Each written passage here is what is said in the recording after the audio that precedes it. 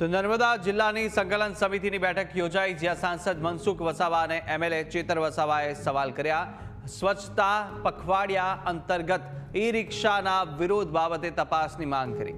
RT હેઠળ ખોટી રીતે એડમિશન લેવા મામલે મનસુખ વસાવાએ સવાલ કર્યા. તો આરોપી દર્પણ પટેલ અને સાગરીતોને ન પકડવા કોનું રાજકીય દબાણ છે તેવો સવાલ કર્યો હતો.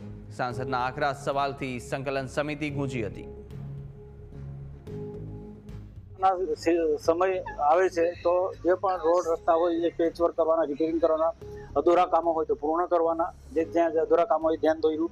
ધારાસભ્ય શ્રી બંને પણ એમના જે વિસ્તારની અંદર પીવાના પાણીના પ્રશ્નો છે, રોડ રસ્તા અધૂરા હોય તો કોન્ટ્રાક્ટરો પાસેથી ઝડપથી પૂર્ણ કરાવવાના, એ રીતના તાકીદ કરી.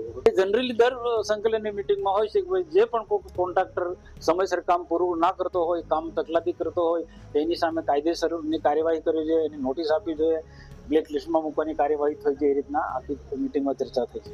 એજન્સી જે ટેન્ડર કર્યું એમાં 7 જેટલી એજન્સીએ ભાગ લીધો અને જે પણ એક એજન્સી નક્કી થઈ છે એને પૂરું પાડ્યું છે, એનું પેમેન્ટ હજી પણ બાકી છે.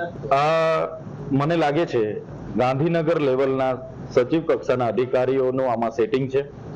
એમણે સમગ્ર ગુજરાતના તમામ જિલ્લાઓમાં આ રિક્ષાઓ પૂરી પાડી છે અને મોટા ગજાના નેતાઓનો આમાં હાથ હશે એવું મને સ્પષ્ટ લાગે છે.